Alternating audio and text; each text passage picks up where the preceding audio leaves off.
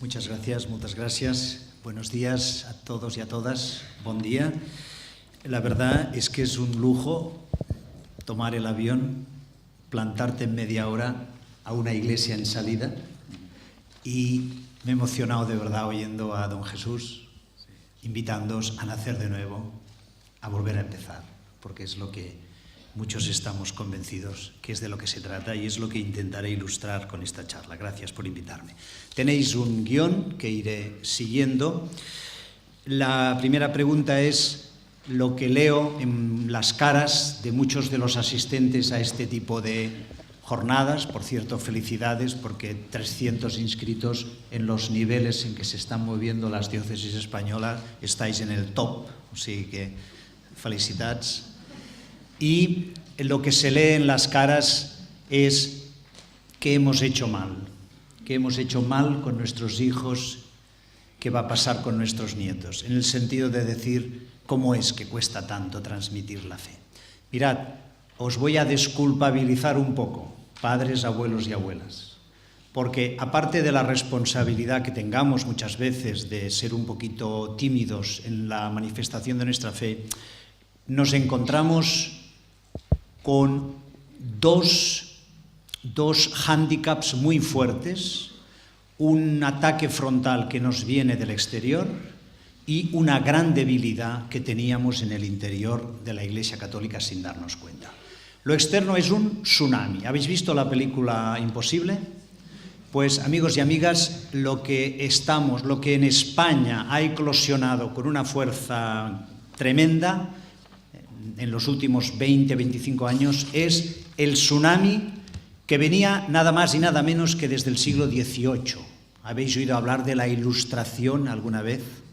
¿Habéis oído hablar de ese momento en que Europa, donde católicos y protestantes nos matábamos como ahora chiitas y sunitas, hubo la reacción de decir no podemos basar la convivencia humana en una religión revelada, en un libro que según si se interpreta de manera protestante o de manera católica nos llevará a la confrontación? Los intelectuales de ese momento, escandalizados de las guerras de religión, dijeron vamos a basar la convivencia en la razón. Y dando un paso más establecieron el principio de inmanencia. Una pequeña nota filosófica, no abusaré de vosotros. ¿Cuál era el principio de inmanencia establecido por Spinoza, siglo XVII? Nada puede entrar en la persona que no salga de ella. Nada puede entrar en el ser humano que no salga de ella. Con ello, amigos y amigas, se cerraba la puerta al Dios trascendente. Dios eres tú, en todo caso. ¿Os dais cuenta? ¿Os suena? Bien, este tsunami que ha ido creciendo ha eclosionado, sobre todo en Europa, en aquella generación de intelectuales que en el arco de 30 años vivieron 2 guerras mundiales. No una, 2, tremendas, con millones de muertos. Los que fueron soldados con 20-25 años en la Primera Guerra Mundial, 1914-1918, fueron soldados oficiales o voluntarios de la Segunda Guerra Mundial. Para poner una fecha simbólica es 1945, el año de la bomba de Hiroshima. Se cumplen 70 años de la entrada de las tropas aliadas en Auschwitz. Peor que la bomba de Hiroshima, porque ahí el hombre no solo demostró que tenía poder físico para destruir la tierra, sino que destruyó la condición humana. Los y las que vivieron esas guerras, especialmente los intelectuales, los creadores de opinión, empezaron a dejar de leer la Biblia. No podían entender ese Dios que salvó al pueblo de Israel del Éxodo, ese Jesús que aparece como curador y liberador. ¿Cómo podía haber permitido que millones de personas muriesen, y especialmente niños, gente indefensa en las cámaras de gas de Auschwitz? Empieza ahí un aumento progresivo del ateísmo que llega a nuestras universidades y a nuestros medios de comunicación, especialmente a España, siempre llega más tarde y eclosiona en los 80-90. Lo que era el principio filosófico de inmanencia, nada puede entrar en el ser humano que no salga de él, se ha convertido en los últimos 20 años en el principio de inmanencia para todo, que reza así: nada te puede obligar si no te apetece. Nada te puede obligar si no te apetece. Y aquí ya no se trata de Dios ni de la Iglesia, fijaos bien, se trata de la familia. La familia no es obligatoria ni para Navidad, dicen por ahí psicólogos en Barcelona, no sé si os ha llegado esto aquí. No Dios, no la Iglesia, los curas, mi abuelo, mi pareja, mi posible hijo, que veré si lo tengo, porque nada puede obligarme y puede privarme de mis vacaciones y de mis salidas. ¿Os dais cuenta? Este es el tsunami de la apoteosis del yo, mí, me, conmigo. Hasta la última canción de Fittipaldi dice: huyendo de mí conmigo mismo. O sea, incluso para huir de mí, el poeta tiene que huir consigo mismo. Tan pegado lleva el yo a su persona. ¿Cómo queremos que no sea fácil transmitir la fe, que es un acto de confianza en Jesús, en la comunidad, en la Iglesia, a una generación que se le ha insistido de día y noche que tú realízate tú con tu máxima libertad y no te vincules a nada ni a nadie? Este era el ataque frontal que estamos en plena eclosión de la ola. Pero las desgracias nunca vienen solas y creo que el diagnóstico tiene que ser realista. Nos ha pillado la ola encima con una gran debilidad interior. Fruto de la historia, fruto especialmente en Europa y Occidente, que el cristianismo ya fuese en la versión protestante, países del norte, en la versión católica, países latinos del sur de Europa, después de mandar durante mucho tiempo en la sociedad, fruto de este movimiento, pero es que también fruto de la reacción contra los protestantes en la Contrarreforma de Trento, el ser católico se redujo, con el riesgo de simplificar un poco, pero ya me entenderéis, se redujo básicamente a dos cosas. ¿Qué es ser católico? Ser católico es dos cosas: pensar bien, catecismo. Primero, catecismo de preguntas y respuestas, que aprendimos los mayores, los que tenemos más de 55 años en la sala. Luego, un catecismo más antropológico, más dialogal, más de escuela activa, pero pensar bien, que es importante. Y segundo, ser católico es actuar correctamente, que quiere decir ser bueno. Antes del concilio, muy focalizado en el sexto mandamiento, tema de sexualidad para los que... Y después del concilio, compromiso social, mucho más importante. ¿Qué le falta a este esquema? Le falta la parte mística en el sentido más normal. Santa Teresa, quinto centenario.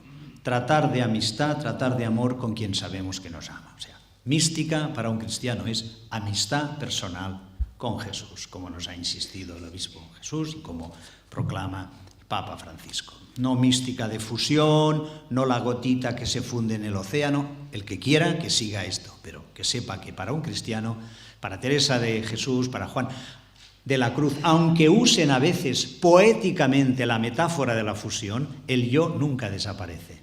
Como los matrimonios, os abrazáis en la intimidad y nunca desaparece el yo. En todo caso, experimentáis el gozo de la comunión. Eso es lo que en el punto segundo se llama el ADN católico. Esa mística había quedado para sacerdotes, religiosos, religiosas, en el mejor de los casos. El Concilio Vaticano II, de cuya realización estamos celebrando el 50 aniversario, supuso la eclosión de la teología del laicado. Hoy es jornada de la delegación de laicos.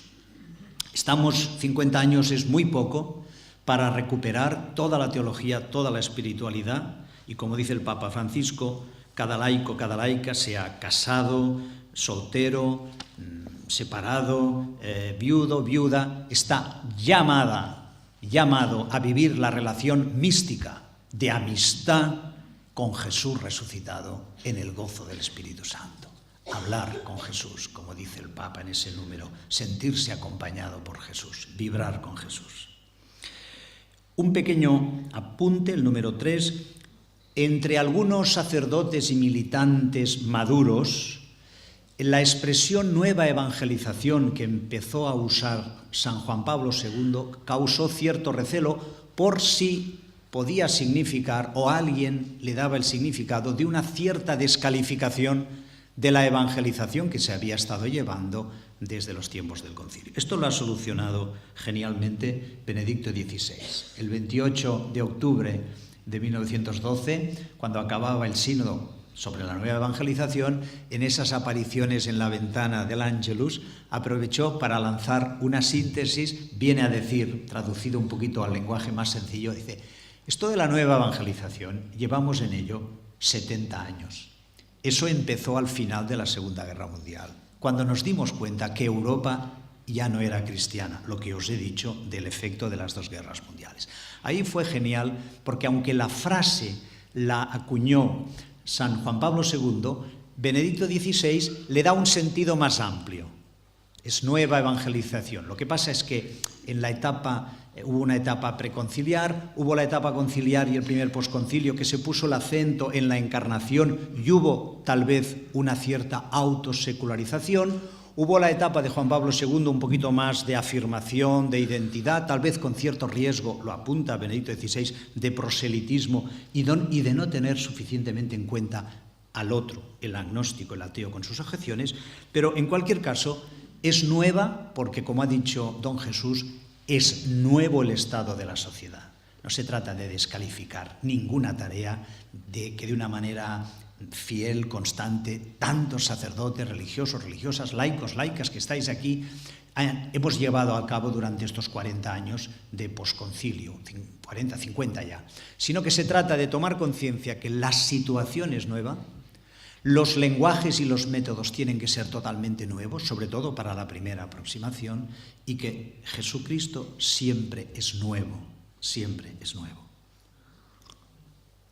Punto 4. Ya en Evangelii Gaudium, tenéis ahí los números, me ahorro de citarlos, avisa el Papa Francisco que antes de cualquier planteamiento de evangelización, la Iglesia tiene una afirmación de fe, que encontramos, por ejemplo, en Gaudium et Spes, documento del Concilio, número 22, quinto párrafo, que antes de que lleguemos nosotros, el Espíritu Santo ya está trabajando en lucha contra el mal, que ya vemos lo fuerte que es el mal en nuestra sociedad. Pero el Espíritu está ahí, la iniciativa es de Dios. Dice Gaudium et Spes 22e, los obispos reunidos en Roma: por caminos que no sabemos, Dios puede hacer participar de la gracia del misterio pascual, de la gracia que brota de Cristo muerto y resucitado, más allá de los límites visibles de la Iglesia.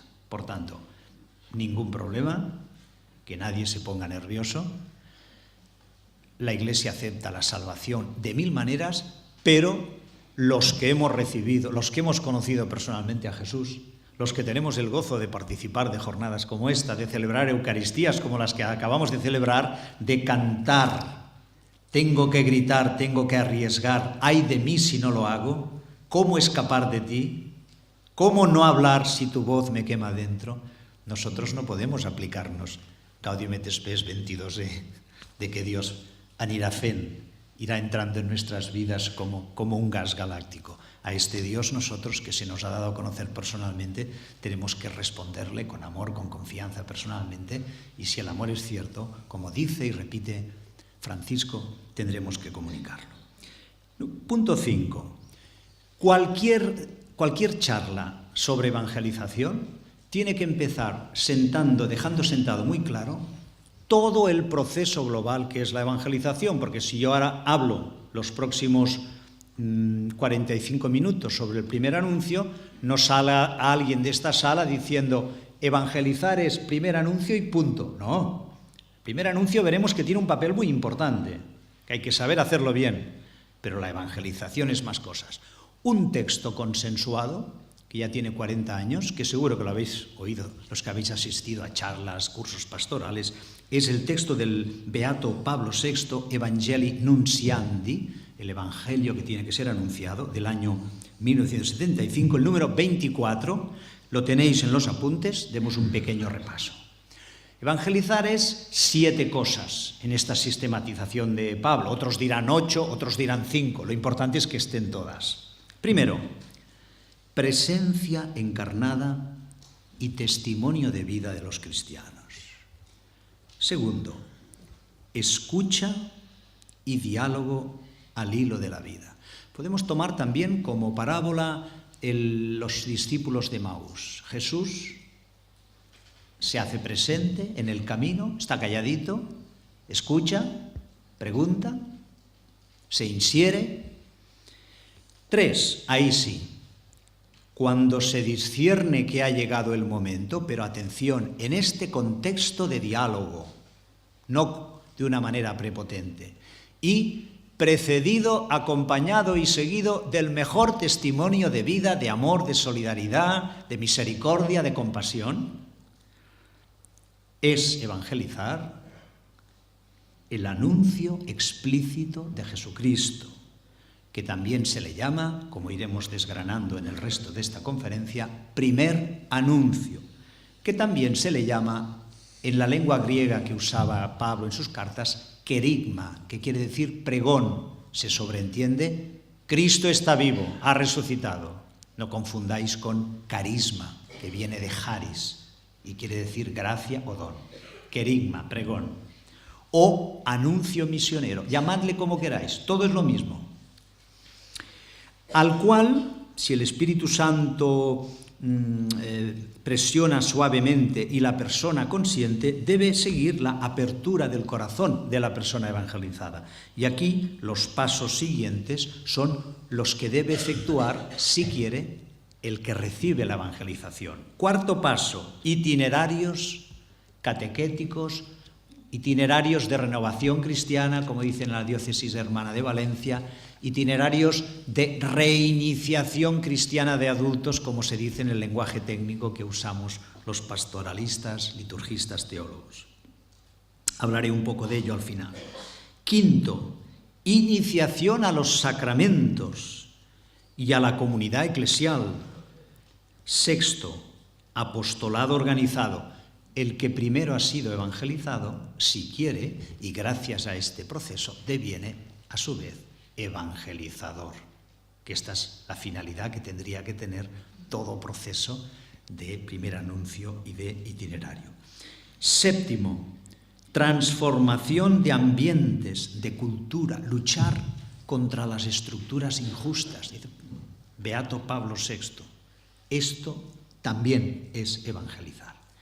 Y dice el Papa que no tenemos que caer en la ridícula guerra de hacernos la guerra los del 1, los de la presencia encarnada, contra los del 3, los del querigma, contra los del 4, de la catequesis, contra los de la acción católica, contra los del... No. Entre todos tenemos que hacerlo todo. Y el arte es discernir tú qué carisma tienes, qué ocupas, qué lugar ocupas en este proceso global de la evangelización. Muy importante. Punto 6. Ahora sí que la cámara de la película, después de haber mostrado las causas de por qué cuesta tanto la evangelización, después de haber mostrado que la evangelización es un proceso de 7 elementos que interactúan entre ellos, ahora sí que la charla, pedagógicamente, se centra, se focaliza en un elemento de estos 7, pero que veremos que es muy importante. Lo que se ha dado en llamar en los últimos años el primer anuncio, que es central, constante en la enseñanza del Papa Francisco en el gozo del Evangelio. Punto 6. Empecemos por una descripción del primer anuncio. Para decirlo con una de esas frases que podría ser del Papa Francisco, el primer anuncio es proponer el corazón del Evangelio al corazón de las personas. Proponer el corazón del Evangelio al corazón de las personas. Esto presupone caer en la cuenta que el Evangelio tiene un corazón. Esto lo afirma, oiremos la voz del Papa en algún momento, en el número 36. No me saldrá con acento argentino, pero sonará, ¿no? Dice, número 36. Todas las verdades reveladas proceden de la misma fuente divina y son creídas con la misma fe. Pero algunas de ellas son más importantes por expresar más directamente el corazón del Evangelio. Tic, tic, tac. En este núcleo fundamental, lo que resplandece es la belleza del amor salvífico de Dios manifestado en Jesucristo muerto y resucitado. Está en el texto en cursiva. La belleza del amor salvífico de Dios manifestado en Jesucristo muerto y resucitado. Lo dice de 1000 maneras, lo tenéis aquí las citas en el 121, en el de 3, 11, 34, 36, 110, 128, 164, 165, 167, 264, 267. Lo repite constantemente. El corazón, lo central, lo más bello, lo esencial del Evangelio es que Dios en Jesucristo nos ha mostrado su amor incondicional, su amor de madre, su amor total. Y Cristo vive, no es un personaje del pasado. Y por el Espíritu Santo está ofreciendo su amistad a toda la humanidad. Y la manera normal de ofrecer su amistad es a través del testimonio, la palabra, los sacramentos de la comunidad cristiana. Dios tiene 1000 maneras de darse a conocer, lo afirmaron los padres del concilio, pero la manera normal que nos encomendó, id y predicad y dar testimonio, lo hemos oído en la primera lectura, la manera normal a la que estamos convocados los que hemos conocido a Jesús a través del Evangelio es con nuestro testimonio, con nuestra palabra, no tenemos escapatoria. El corazón de la persona es el centro de gravedad de la persona. No es lo mismo que la inteligencia crítica, que es muy importante. El corazón es la conciencia, es en el sentido bíblico corazón, en hebreo lep, en griego cardia. Es ahí donde se anudan la inteligencia, la voluntad, la libertad, la afectividad. Todo está en un centro. Creer esto es una opción antropológica. Si hay en la sala, si hubiese algún materialista, diría que no existe la conciencia, que solo hay el cerebro, agua y química. Pero es que forma parte de la fe creer que las personas tienen una conciencia. Esta conciencia se puede detectar, seguro que os habrá pasado más de una vez, aquellos momentos que no sabes por qué el corazón te dice, esta persona no es de fiar, no sé por qué, no tengo pruebas, pero el corazón me dice que no es de fiar. Y al cabo de un año, la inteligencia te hace ver las pruebas. O al revés, esta persona tiene una bondad, esta persona tiene algo positivo. Es importante, vivimos una vida tan atabalada, tan atolondrada, con tantos elementos, que el gran problema que tenemos los mismos católicos es que no tenemos activado este órgano interior de la conciencia. Vivimos, porque nos obliga a ello la sociedad, con dos vías, lo crítico intelectual y lo técnico práctico. Por tanto, nosotros los primeros tenemos que activar esta conciencia. Vamos más adelante, número 7, es muy importante este.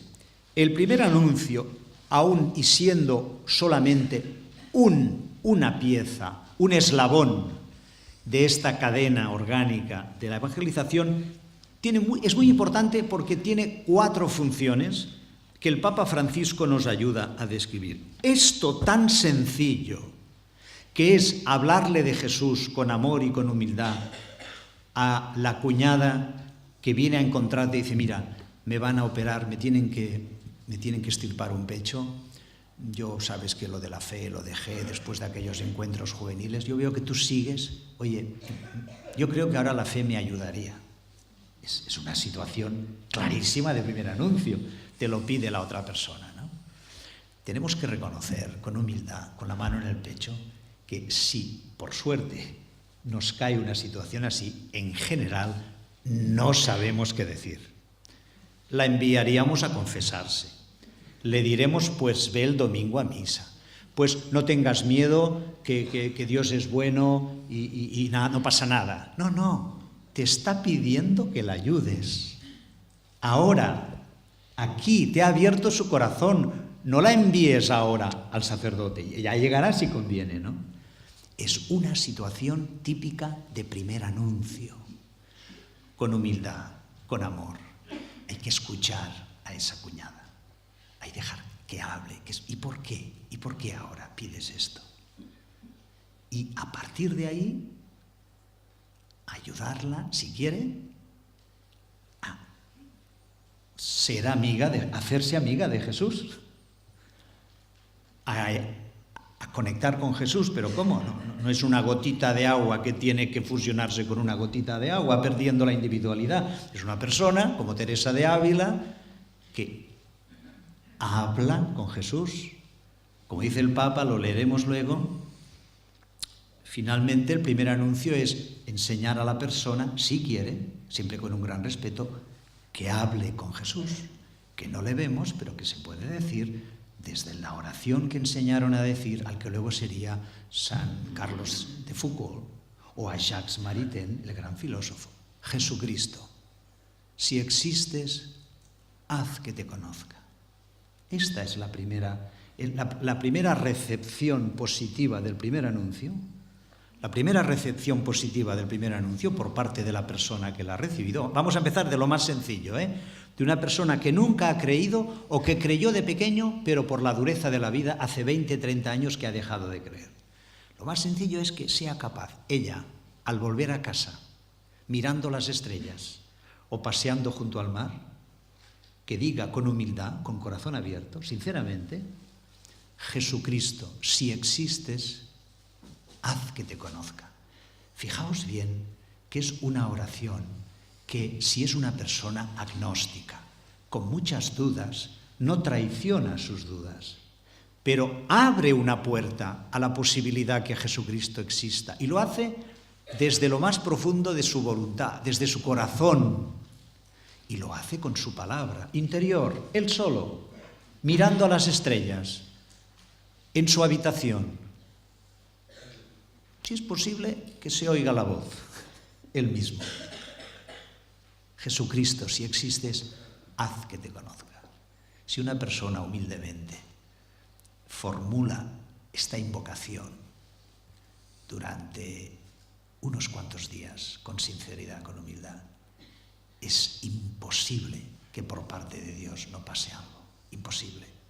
Otra cosa será discernir el proceso. Y por tanto hay que decirle también, si lo haces, lo dices y hay cambios en tu vida, por favor, dirígete a alguna parroquia, ahora sí, dirígete a alguna comunidad cristiana, escuela cristiana, parroquia movimiento, que te ayuden a hacer el itinerario. Ahí sí. Por tanto, el primer anuncio tiene 4 funciones. A, es la puerta normal de entrada en la experiencia cristiana. El número 110, para ir escuchando la voz de Francisco, 110, el principio del capítulo 3, dice: después de tomar en cuenta algunos desafíos de la realidad actual, que es lo que ha tratado en el interesantísimo capítulo 2, no se lo pierdan ustedes, quiero recordar ahora la tarea que nos apremia en cualquier época y lugar, porque no puede haber auténtica evangelización sin la proclamación explícita de que Jesús es el Señor, y sin que exista un primado de la proclamación de Jesucristo en cualquier actividad de evangelización. Son citas de Juan Pablo II, del Sínodo de Iglesia en Asia, lo encontraréis a pie de página. O sea, en el momento en que se discierna, precedido de la encarnación, la presencia y en una actitud de diálogo, pero ese momento de, con humildad, con claridad, jugándotela un poco a que el otro te diga, oye, tú estás desfasado, eres un carca. Ah, pues si me has preguntado sobre mi fe, yo te digo el corazón de mi fe. Jesús vive y tiene vida para ti. Esto es, amigos, amigas, irrenunciable, innegociable. En el discernir el momento en que hay que decirlo es un discernimiento. Pero si estamos hablando de evangelización, no hay evangelización integral si no hay anuncio explícito, verbal, sereno, alegre, que Jesús ha vencido la muerte, que está vivo, que te ama, que te ofrece su amistad, que en Él hay salvación.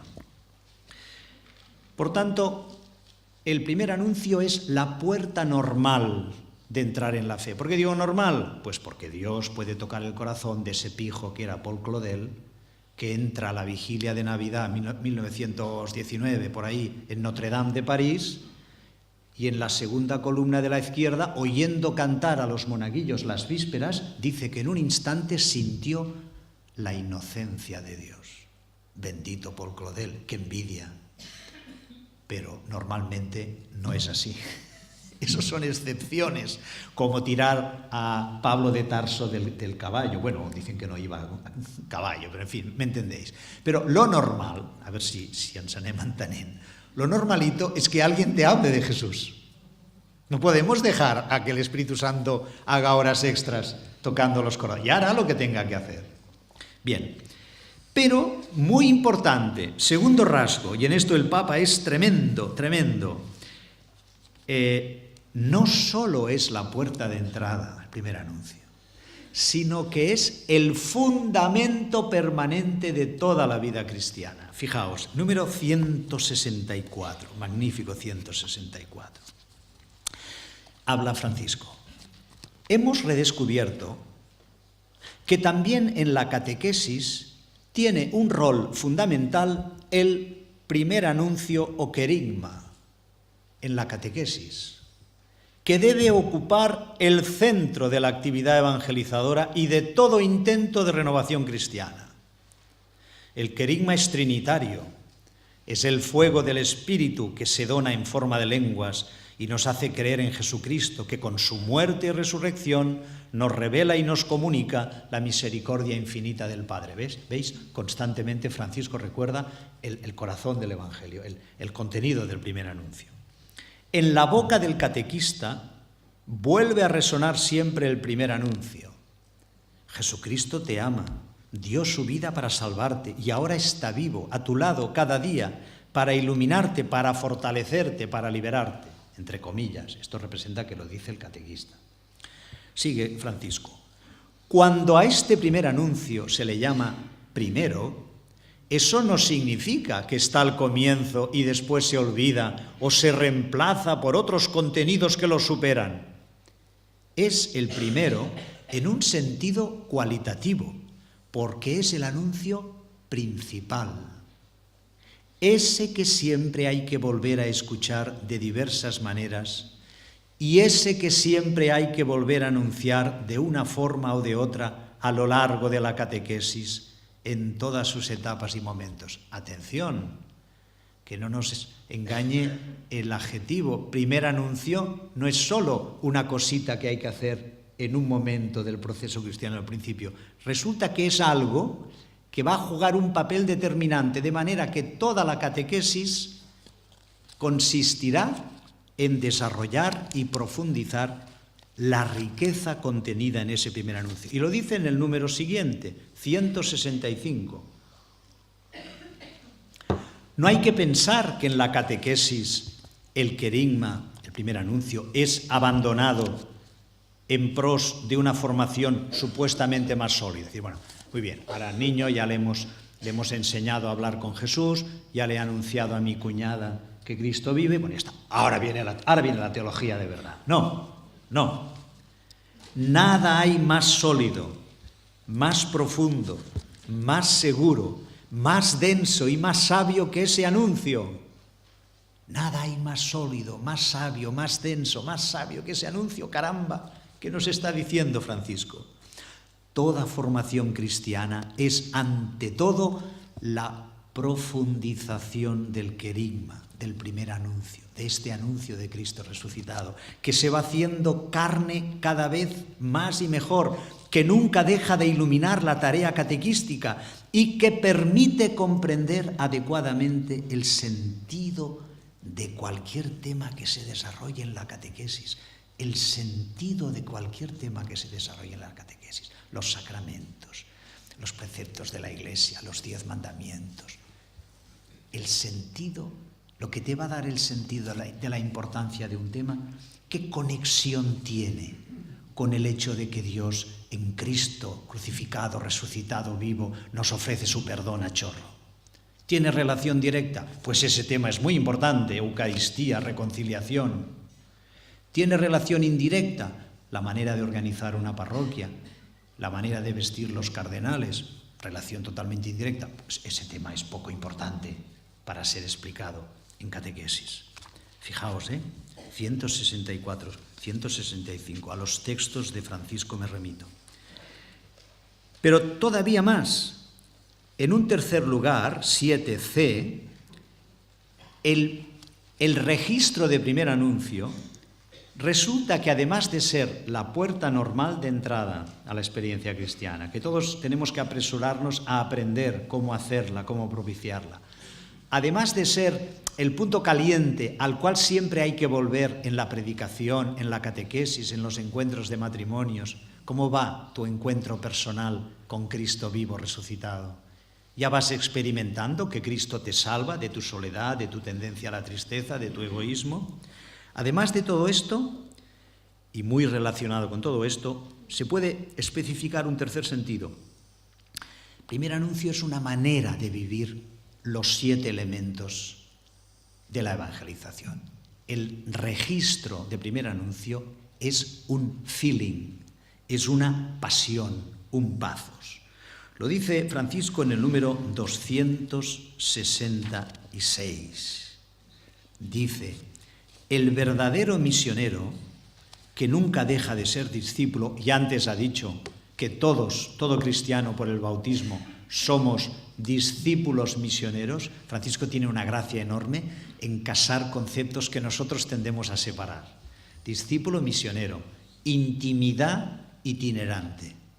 Intimidad con Jesús, pero itinerante. Intimidad misionera. Intimidad con Jesús que se comunica. El verdadero misionero, que somos todos, que nunca deja de ser discípulo, sabe que Jesús camina con él, habla con él, respira con él, trabaja con él. Percibe a Jesús vivo con él en medio de la tarea misionera. Si uno no lo descubre a él, Jesús, presente en el corazón mismo de la entrega misionera, pronto pierde el entusiasmo y deja de estar seguro de lo que transmite. Le falta fuerza y pasión. Ha salido la palabra, pasión. Y una persona que no está convencida, entusiasmada, segura, enamorada, no convence a nadie. Seguramente para ese nuevo renacer que nos pedía don Jesús al acabar la Eucaristía, para ese relanzamiento de nuestra fe, tenemos que empezar por reavivar, por volver al primer amor, por verificar nuestro encuentro personal con Jesús. Y como ya ha salido antes, en el número 165, pero lo explicito como una cuarta característica, el primer anuncio, Cristo muerto y resucitado, vivo y presente, es, según el Papa Francisco y apelando a San Tomás de Aquino, uno de los mejores teólogos, el criterio de interpretación de la jerarquía de verdades y de conductas.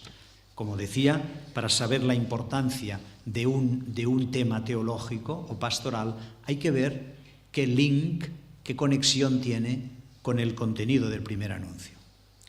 Vamos adelante. ¿Se sigue? ¿Sí? Muy bien. Número 8.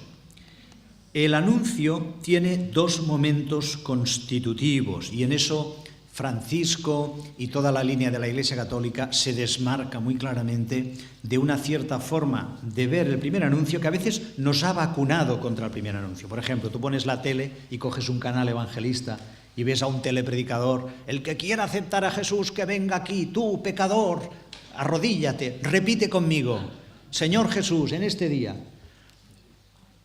Eso está bien. Está mal que no vaya precedido de un diálogo con esa persona. Está mal hacerlo con tintes manipuladores, pero le hace bien a la persona, ¿eh? Fijaos en América Latina la cantidad de personas que se han pasado de la Iglesia Católica aburrida, alabaré, limpiaré, plancharé, y en que hemos olvidado que lo más importante es el primer anuncio. Esto los protestantes lo tienen claro. Diré, sí, pero abusan, de acuerdo, pero es que lo hacen manipulando, de acuerdo, pero lo hacen. Que la gente solo dura 10 años. Bueno, pero son 10 años que nos los quitan. Por tanto, sí a la crítica con las maneras de abusar, de exceso. Pero cuidado con decir, esto yo no lo haré nunca. No, te estás suicidando, católico, y dirás, no lo haré así, pero intentaré aprender y desarrollar la forma de hacerlo, a la católica. Por tanto, sin diálogo no puede haber anuncio. Pero el diálogo por sí solo, que es necesario, no es todavía todo el anuncio. ¿De acuerdo? Y con este consenso, los teólogos fundamentalistas, con Fisichella a la cabeza de todos, y los movimientos carismáticos, sellamos la paz.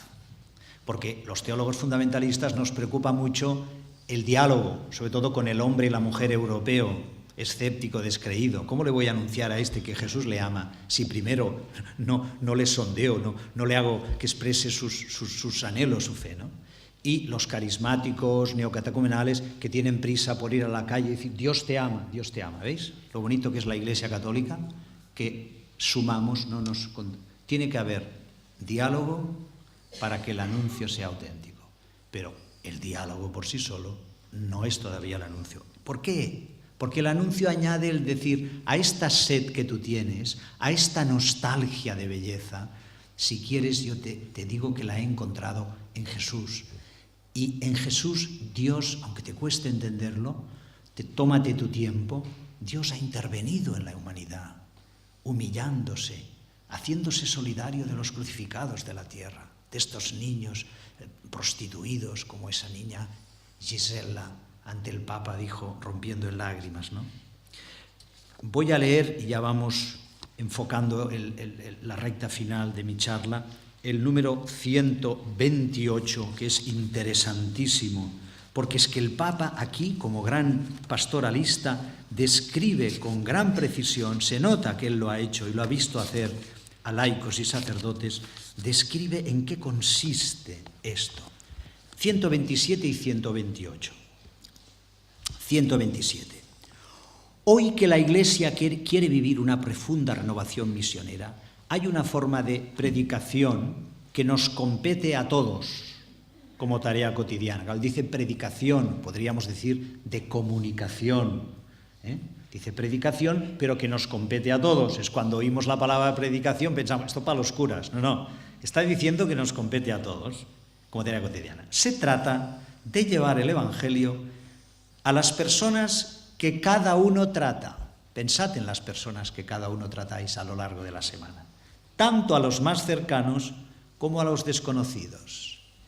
Es la predicación, o diríamos comunicación, informal, que se puede realizar en medio de una conversación y también es la que realiza un misionero cuando visita un hogar. Bergoglio está pensando en su América Latina, en que hay misioneros, pero hay también misioneros y misioneras laicos, que el párroco les envía a visitar las casas, a veces perdidas en lo alto de las montañas o de la selva.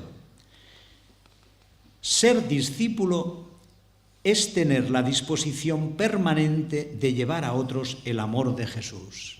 Y eso se produce espontáneamente en cualquier lugar, en la calle, en la plaza, en el trabajo, en el camino. Es que ya no se puede ser más claro. No me digáis que el Papa hace documentos teóricos abstractos. 128.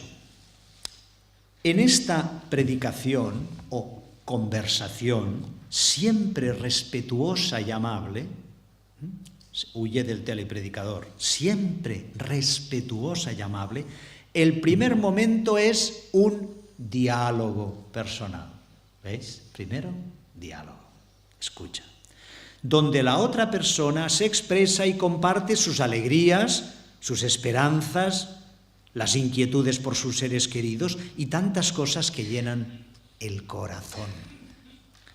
Solo después de esta conversación es posible presentarle la palabra con mayúscula, la palabra de Dios. Y ahora fijaos, es que esto sí que es pastoral, concreta, ¿eh? ¿Qué gama de posibilidades da Bergoglio? Sea con la lectura de algún versículo, Evangelio de Juan, capítulo 3, 16, tanto amó Dios al mundo que lo envió, no hace falta sacar la Biblia y leerlo, se cita de memoria, y no hace falta decir, como dice Juan 3:16, bueno, te van a tomar por testigo de Jehová. Por tanto, es importante que tú sepas encontrar 3:16, pero dilo con naturalidad. Tanto amó Dios, mira, tanto amó Dios al mundo que envió a su Hijo, no para cargarnos con más cadenas, con más hipotecas, no, para salvarnos. Ya sea con la lectura de algún versículo, o de modo narrativo, Hubo un joven que se discutió con su padre y con su hermano por una herencia, se fue, tal, pero luego al cabo de un tiempo tú puedes estar relatándole a tu cuñada la parábola del hijo pródigo, que seguramente en lo profundo de su conciencia la recuerda y tiene un gran poder evocador. Pero siempre recordando el anuncio fundamental. 2 puntos. El amor personal de Dios que se hizo hombre, se entregó por nosotros y está vivo ofreciendo su salvación y su amistad. Esto está obligado en el guión, ¿no? Aquel artista que dice, yo no me desnudo si no es obligado en el guión y si no tiene un sentido artístico, no gratuitamente. Bueno, pues aquí nos tenemos que desnudar en este sentido de hablar de Jesús como muerto, resucitado, vivo, que da salvación. Es el anuncio que se comparte con una actitud humilde y testimonial de quien siempre sabe aprender. El evangelizador aprende en el acto de pasar el anuncio, aprende con la conciencia de que este mensaje es tan rico y tan profundo que siempre nos supera.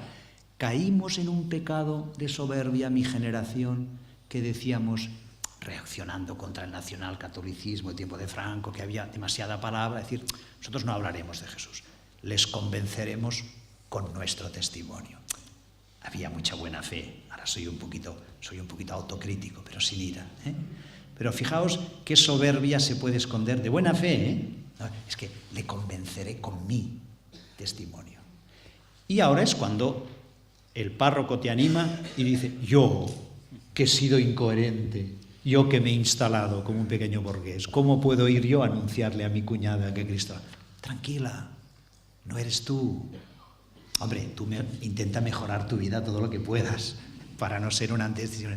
No, tú eres un camarero que sirve el mejor cava, aunque tengas una mancha en la solapa. ¿Entendéis? Qué importante es que nos recentremos, porque hay ciertas cosas que interiorizamos de los años 60 a los 90, que ahora nos privan lanzarnos al primero. Y tenemos muchas excusas que hay que saber desmontar con cariño, con paciencia. A veces se expresa de manera más directa, otras veces a través de un testimonio personal, de un relato. Sí, mira, ¿te acuerdas cuando me operaron a mí de la neumonía hace 15 años? Pues yo en aquel momento estaba muy mal, además tenía una crisis con mi marido tremenda. Pero ahí precisamente fue donde una amiga, una tarde, como ahora tú me vienes a mí, y yo fui, ¿te acuerdas de Pepita, la del Colegio de las Monjas? Y fue ella la que hace 15 años, a mí, en una situación como la tuya, me dijo, mira, si quieres, llevaba una cruz. ¿Por qué no le cuentas al de la cruz lo que te está pasando? Mira qué manera tan genial de hacer el primer anuncio, cuando es una persona que lleva una cruz, decir, ¿y ya lo hablas con el de la cruz esto? O sea, ni mencionar a Jesús, si nos da vergüenza hablar de Jesús. Claro, ahí había la cosa de que llevaba la cruz, ¿no? Pues el Papa es que lo sientes que se está refiriendo a situaciones de estas, a 1000 situaciones que él ha vivido como sacerdote, como jesuita, y que las ha visto practicar a sus sacerdotes en los barrios de Buenos Aires, con prostitutas, con niños maltratados. Un relato, un gesto, los gestos de Francisco. ¿Por qué hay tanta gente, tantos amigos? Todos tenéis amigos no creyentes que os dicen, con este Papa me gusta, estoy esperando a ver cuál es la próxima cosa que hará o dirá. Me está devolviendo mi confianza en el hombre y a lo mejor hasta me está acercando a la Iglesia, ¿no?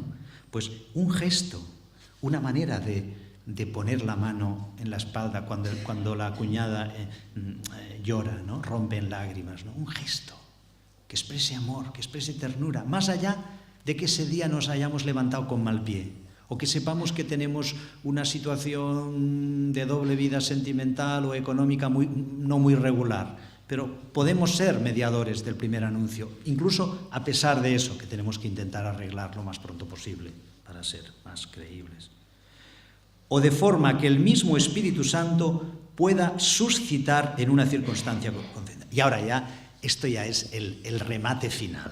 Yo cuando leí esto es que, bueno, piel de gallina. Dice, si parece prudente y se dan las circunstancias,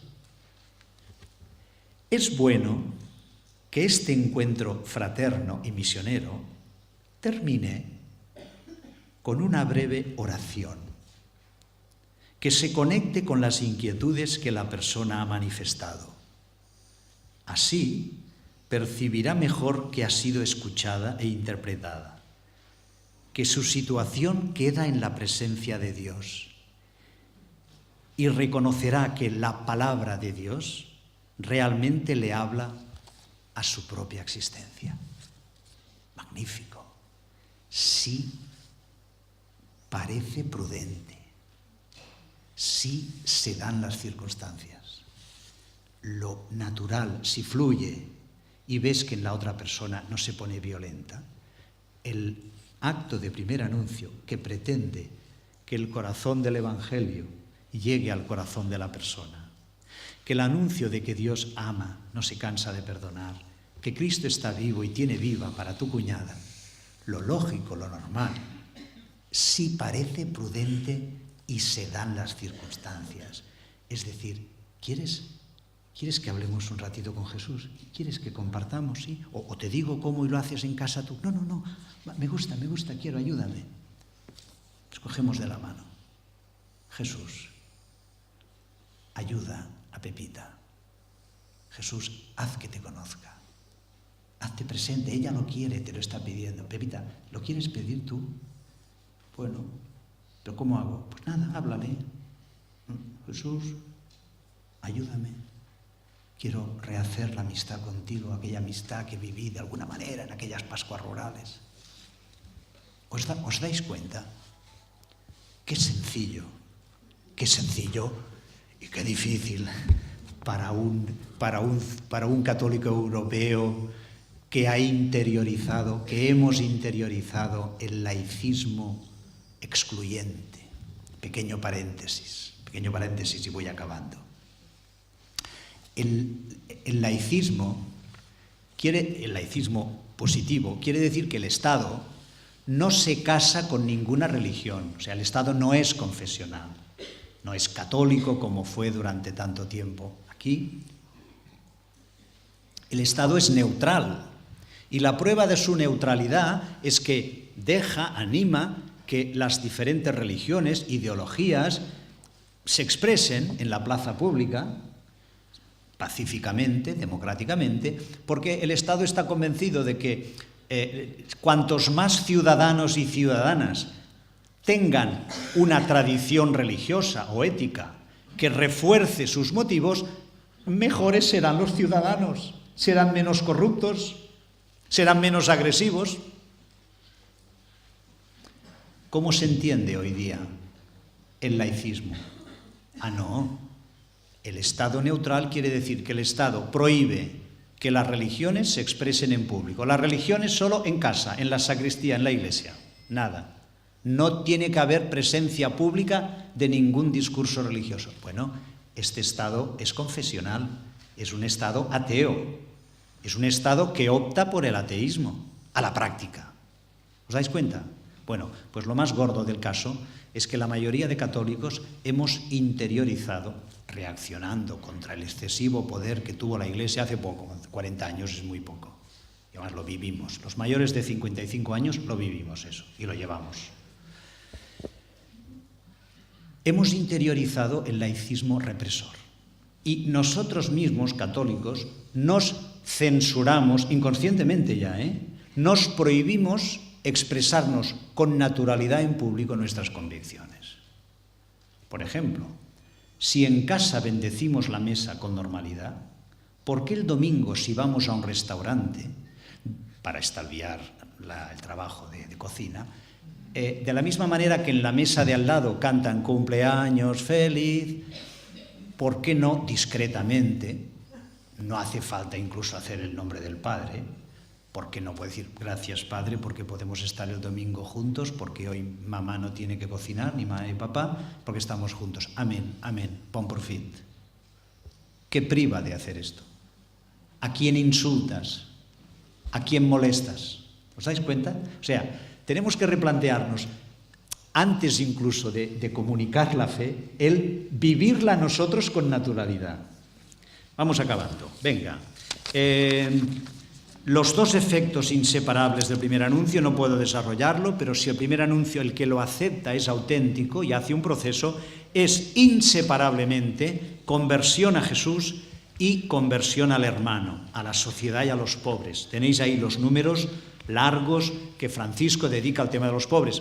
Que yo ahora no me pueda detener en este tema porque el reloj se me echa encima, no quiere decir que no sea importante el tema de los pobres. No salgáis diciendo, Morlán solo ha dedicado 1 minuto a los pobres. Por favor, no me digáis esto. O sea, lo que pasa es que se me ha pedido una ponencia sobre el primer anuncio y yo he intentado desglosar didácticamente el primer anuncio. ¿Por qué? Porque si todos los que estamos en la sala y todos los católicos españoles vivimos el testimonio y hacemos el primer anuncio, muchas más personas harán un proceso de fe que les llevará a comprometerse con los pobres.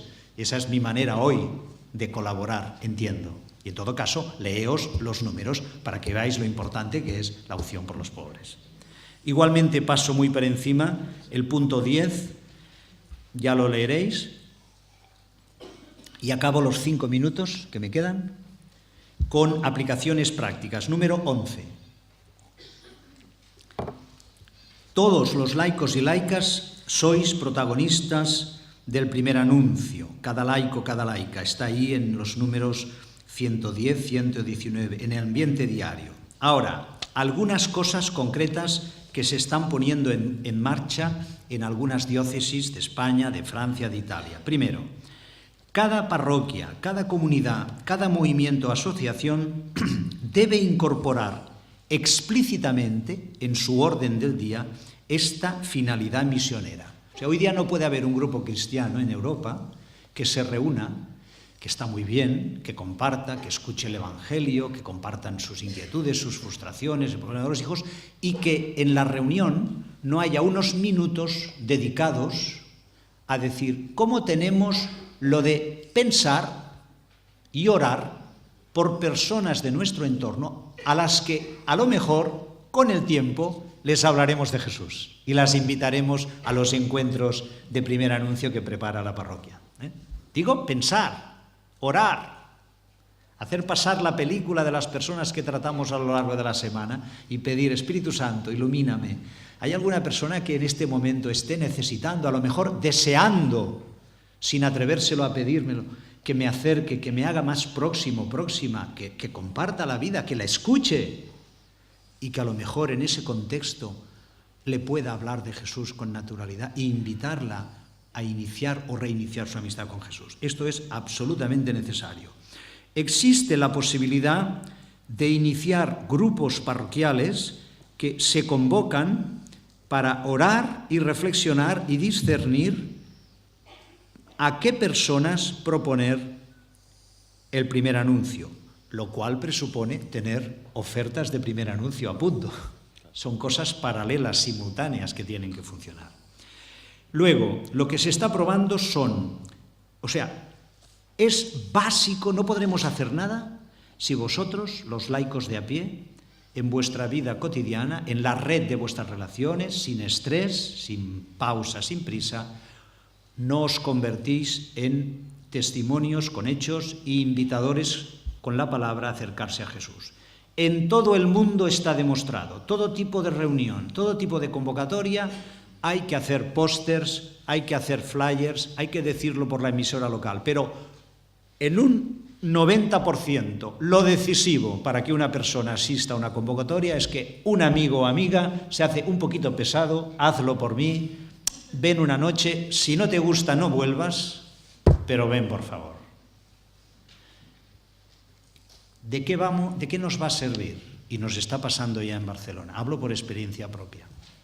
Tener equipos laicales formados en dar primer anuncio. Hay muchos métodos, hay 527 métodos Este es uno, ven y verás, ¿no? El que un poquito he desarrollado con un equipo de laicos. ¿De qué te va a servir tener un equipo formado que sabe proponer esto en un contexto cálido, llenar de papeles la parroquia, la peluquería, si solo te vienen las 4 personas de siempre, que por cierto les hace un bien inmenso, porque al católico de toda la vida le aviva la llama. Pero claro, lo ideal es, igual durante un año tienen que venir solo los católicos para que se animen a invitar a otros. O sea, tomémonos nuestro tiempo. Pero ahora la finalidad es poder ampliar un poco el círculo de los que vienen a las conferencias cuaresmales, ¿no? ¿De qué te va a servir si no viene nadie? Quiere decir que simultáneamente, al mismo tiempo que la diócesis monta una escuela diocesana de evangelizadores, donde en unas matinales de sábado o tardes de domingo, 5, 6, 7, 12 salteadas a lo largo de un curso, se enseña a laicos y laicas, primero, a verificar su encuentro con Cristo y a conducir, a hacer juegos de rol, diálogos virtuales para que pierdan el miedo, practicar. Tú eres el ateo, agnóstico, yo soy el cristiano, ¿por dónde te entro? Se aprende mucho, y lo hace muy bien, al que le toca hacer de agnóstico lo hace perfecto. Pues simultáneamente a dispositivos como este, una escuela diocesana de evangelización, donde de manera espiritual, pero también práctica, con juegos de rol, con diálogos virtuales, con sesiones en las que los asistentes representan que son personas invitadas y por turno, equipos de con 3 personas es suficiente, ofrecen diálogo primero, la samaritana, y luego entre todos se evalúa la calidad, la manera de hacer. Simultáneamente con esto hay que activar que las bases, el católico de misa, sobre todo el católico de grupo, de movimiento, de asociación, vaya tejiendo, poquito a poco, con fe, con confianza en el Señor, esta relación, para que cuando se ofrezcan estos encuentros haya a quien poder invitar de este círculo un poquito más alejado. Acabo ya. Estos encuentros pueden ser en la parroquia, en el salón parroquial. Hombre, si tú quieres que vuelva alguien que salió de la iglesia un poquito picado, hombre, no me lo pongas ahí en la capilla del Santísimo con la Virgen dolorosa con un puñal clavado, que tiene todo un sentido para los de toda la vida, pero tal vez aquella persona, hombre, igual en un salón parroquial, pero sobre todo que no haya luz de neón, o sea, prohibidas las luces de neón. Llevaos de casa esas lámparas tan chulas que tenéis, graduables, un par, y graduar y poner un poquito una tela roja o de color naranja y un par de velones y una icona de la Trinidad. Bien, pero yo hago propaganda de que estos encuentros se hagan en domicilios privados. Hoy día los domicilios privados todos tienen reguladores de luz, tienen un magnífico aparato de CD y pueden poner una mesita de tomar el té en medio, las 12, 14, 15 personas un poco apretaditas que caben en cualquier comedor, y ahí se puede hacer perfectamente, invitando a los vecinos, invitando a la cuñada, invitando al compañero. Decía, mira, te invito, no es rollo, no es discurso, te invito. Es una Smart Box, te regalo una Smart Box, cajito, aquellas que dice, con derecho a un fin de semana para 2 personas en un balneario, ¿no? Pues la Smart Box, derecho gratis a 1 hora de experiencia espiritual, cristiana, pero una experiencia. Tú vienes, te sientas en la silla y tú coges lo que quieras. A las 4, los que queráis, os regalo la Smart Box, tenéis derecho hoy a las 4 a asistir a una experiencia espiritual cristiana. Y hay otros métodos, por ejemplo, está el método Alfa, las cenas Alfa. Lo empezó en Londres, un anglicano. Actualmente hay millones de personas, y en el mundo católico está homologado. 10 semanas seguidas, 10 noches, 10 cenas preparadas en una casa o en un local parroquial, donde en la sobremesa un cristiano o una cristiana hace un pequeño discurso de 20 minutos, 25, mostrando el cristianismo como algo amable, inteligente, atractivo, competente. Pasadas 5 semanas hay un fin de semana donde hay iniciación a la oración. Cosas que hay, muchas. A nivel de jóvenes está lo de los centinelas de la noche como método de impacto. A nivel de jóvenes también en la diócesis de Tarrasa el padre Emilio Marlés ha importado de Estados Unidos un método que llama Life Teen, por aquello de los teenagers, o sea, vida para los de 13, 14, 15, que es una sesión semanal que pide un equipo de padres y catequistas o anunciadores de primer anuncio. Los primeros 15 minutos es un impacto, la sala siempre cambia la decoración, la ambientación, la música. Los segundos 15 minutos es catequesis, el tercer cuarto es comentar en pequeños grupos, el cuarto oración, método que requiere mucha preparación para que sea impactante. A nivel de niños, lo mejor que he visto es el oratorio de los niños del padre Gonzalo Carbó, Escolapio, en Valencia, donde todo es muy sensorial, alfombra, descalzarse, coger la Biblia, leer un párrafo, ponerle música, besar la Biblia, abrazarla, todo muy sensorial. Una sola frase del Evangelio, donde 2 o 3 están reunidos en mi nombre, ahí estoy yo. Estas son fórmulas. Y luego, volviendo a los adultos, vemos que una zona, una franja donde ofrecer encuentros de ven y verás son los papás que todavía llevan los niños a la catequesis y los papás que llevan a sus niños a la escuela cristiana. Son 2 sectores donde se está ofreciendo, en Tenerife, San Feliu de Llobregat, Barcelona, se está ofreciendo encuentros de primer anuncio y está funcionando bastante bien. Espero que os sirva. Muchas gracias.